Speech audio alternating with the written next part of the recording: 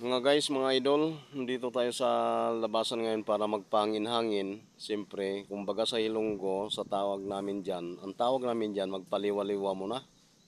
Kasi nga sa araw na to, naglilingkod tayo, medyo napagod din tayo, naglilingkod tayo sa ating tagapaglikha. Kaya nga lumabas tayo dito para makapagpahangin-hangin at makapaliwa-liwa at makapahinga naman, no?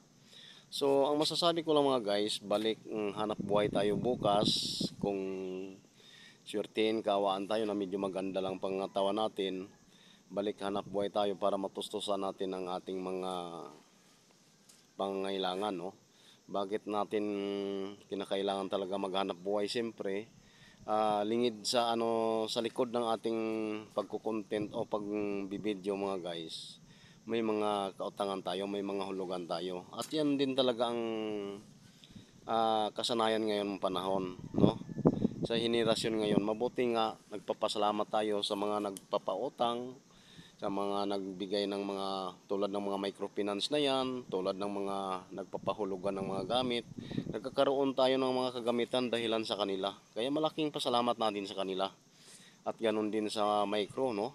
Sa mga may mga weekly, may mga daily payment o kinsinas o buwanan man, monthly payments. So nagpapasalamat tayo na kung saan hindi dahil sa kanila hindi tayo magkakaroon. So marami tayong mga partikular diyan sa mga katulad natin, mga natin, mga kapatid na kung saan nagmumukhang asinsado sila pero nagsisimula sila sa utang, no, sa mga hulugan, sa mga kautangan. So at least nakakatulong talaga, no? Malaking pasalamat natin sa mga nagpapautang, nagpapahiram, nagpapahulugan. Marami ang dapat natin ipasalamat sa kanila sa dahilan na kung wala sila, wala yan sila, hindi tayo nagkakaroon. So, kaya nga sinabi natin na balik ng hanap buhay tayo bukas kung kaawaan tayo, bigyan tayo ng magandang pangangatawan para matustusan natin ang ating mga hulugan, no? Yung ating mga kautangan.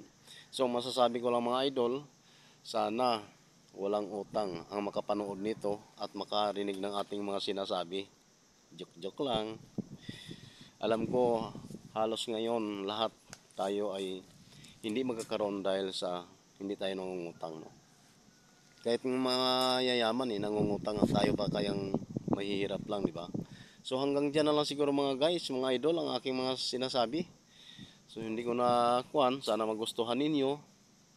Sana gustuhan ninyo at dumaan man to sa wall ninyo, paki-comment na lang kung ano ang masabi ninyo sa aking mga sinasabi.